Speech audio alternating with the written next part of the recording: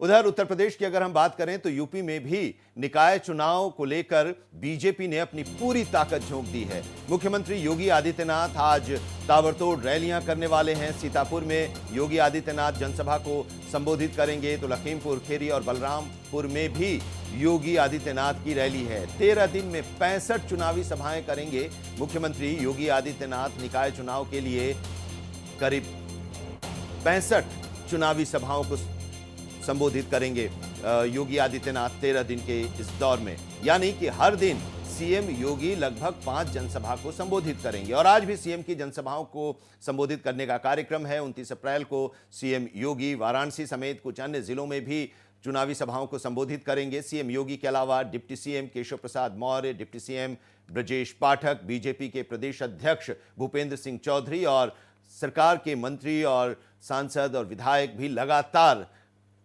UP निकाय चुनाव को लेकर चुनाव प्रचार में जुटे हुए हैं अपने अपने इलाकों में।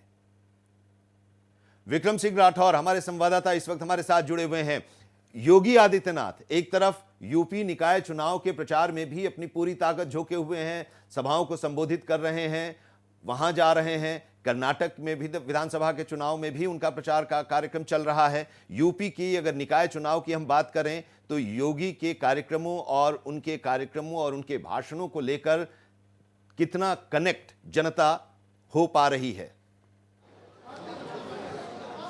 देखिए, बिल्कुल साफ तौर पर है। अगर ये कहा जाए कि योगी आदित्यनाथ के भाषणों पर किस तरीके से कनेक्ट कर रहे हैं, तो साफ तौर पर है कि जितनी भी पब्लिक है पूरी तरीके से योगी आदित्यनाथ के साथ, मुख्यमंत्री योगी आदित्यनाथ के साथ कनेक्ट हो रही है। क्योंकि अगर मुख्यमंत्री योगी आदित्यनाथ के भाषणों की बात की जाए तो वो जिस तरीके से भाषण देते हैं वो हमेशा ज़मीनी मुद्दों पर भाषण देते हैं और ऐसे में हमेशा लोग जो हैं उनसे कनेक्ट होते हैं। और शायद यही कारण है कि उत्तर प्रदेश के बाहर भी जब कभी भी चुनाव होते हैं तो उनको स्टार प्रचारक के तौर पर बाहर भेजा जाता है। और उत्तर प्रदेश के नगर निकाय चुनावों की बात की जाए तो लगातार ताबड़तोड़ रैलियां मुख्यमंत्री योगी आदित्यनाथ की अलग अलग जिलों में हो रही हैं। आज की अगर बात करें तो सीतापुर, लखीमपुर खीरी, बलरामपुर और गोरखपुर के दौरे पर मुख्यमंत्री योगी आदित्यनाथ रहेंगे।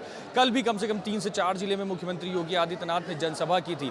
और जिस तरीके से जनसभाएं हो रही हैं उन जनसभाओं को के आधार पर अगर हम आपको दिखाना चाहेंगे कि अभी हम बीजेपी मुख्यालय पर ही मौजूद हैं। बीजेपी मुख्यालय पर अगर आप मेरे पीछे देखेंगे तो लगातार बड़े स्तर पर ज्वाइनिंग हो रही है। अलग अलग जगहों से, अलग अलग लोगों से, अलग अलग जिलों के लोग जो हैं, जो प्रसपा में रहे हैं, समाजवादी पार्टी में रहे हैं, कांग्रेस में रहे हैं, बसपा में रहे हैं, वो लगातार भारतीय जनता पार्टी की तरफ उनका बड़े स्तर पर रुझान बढ़ रहा है। यानी कि साफ है, जो चाहे वो मुख्यमंत्री योगी आदित्यनाथ की बात की जाए, केशव प्रसाद मौर्य की बात की जाए, ब्रजेश पाठक की बात की जाए या अन्य मंत्रियों की बात की जाए, जिस तरीके से लगातार निकाय चुनावों को लेकर पूरे उत्तर प्रदेश में लगातार ताबड़तोड़ रैलियां, जनसभाएं, जनसंपर्क कर रहे हैं, उसका असर इस तरीके से दिख रहा है कि जितने भी नेता हैं, जो अन्य दलों के भी नेता हैं, उनका भी आस्था परिवर्तन बड़े स्तर पर हो रहा है और सीधे वो भारतीय जनता पार्टी में जुड़ रहे हैं। तो जहां नेता भारतीय जनता पार्टी की तरफ झुक रहे हैं तो वहीं पर कहीं ना कहीं बड़े स्तर पर जनता का भी रुझान भाजपा की तरफ दिखाई दे रहा है। जी, अब निकाय चुनाव की बात हम कर रहे हैं तो पहले चरण के लिए 47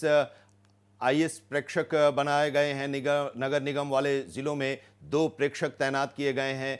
मतदान के लिए 29 अप्रैल को जिलों में प्रेक्षक पहुंच जाएंगे। 4 मई को पहले चरण का मतदान होना है।